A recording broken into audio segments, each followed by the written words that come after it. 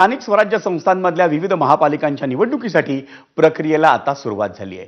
राज्य निवडणूक आयोगाने या संदर्भात उद्या बैठकही बोलावली आहे. या बैठकीला सर्व महापालिकांचे आयुक्त उपस्थित राहणार आहेत. राजकीय पक्षांकडून आलेल्या सूचना आणि हरकतींसंदर्भात राज्य निवडणूक आयोग या बैठकीत आढावा घेणार आहेत. राजकीय पक्षांकडून आलेल्या हरकती आणि सूचनांचं 10 डिसेंबरपर्यंत निरसन करण्याचा प्रयत्न राहणार आहे.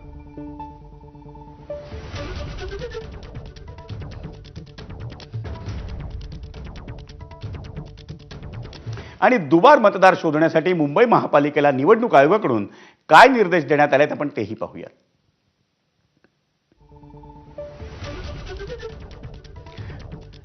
सत्ताधारी आणि विरोधी पक्षांकडून दुबार नावं आणि मतदार यादीतील त्रुटींसाठी निवडणूक आयोगावर आरोप करण्यात आले होते हे आपण जाणतो.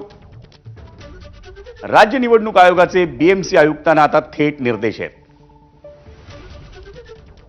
मुंबईतल्या 227 वॉर्डसाठी 227 स्वतंत्र अधिकाऱ्यांची नियुक्ती करण्याची सूचना आहे. या अधिकाऱ्यांना दुबार मतदारांची तपासणी, मतदार यादीतील चुका शोधण्याची जबाबदारी आहे. यासोबत तक्रारी स्वीकारणं आणि त्यावर कार्यवाही करण्याची जबाबदारी देण्यात आलेली आहे.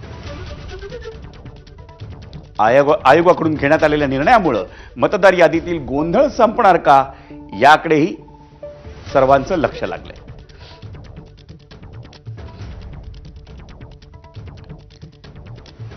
दरम्यान मतदार यादीतील घोळ आणि लोकांनी घेतलेल्या हरकती पाहता सूचनांसाठी 7 दिवस वेळ अधिक द्यावा अशी मागणी ठाकरेंच्या शिवसेनेचे आमदार आदित्य ठाकरे यांनी केली आहे. खूप मोठा कालावधी लागतोय, तुम्ही आणखी मागणी करणार आहात? आम्ही मागणी तर करणारच आहोत. माझी ही अपेक्षा राहील की इतर पक्ष देखील मागणी करतील, कारण इतर पक्षही ह्याच्यावर काम करत असतील अशी माझी अपेक्षा आहे.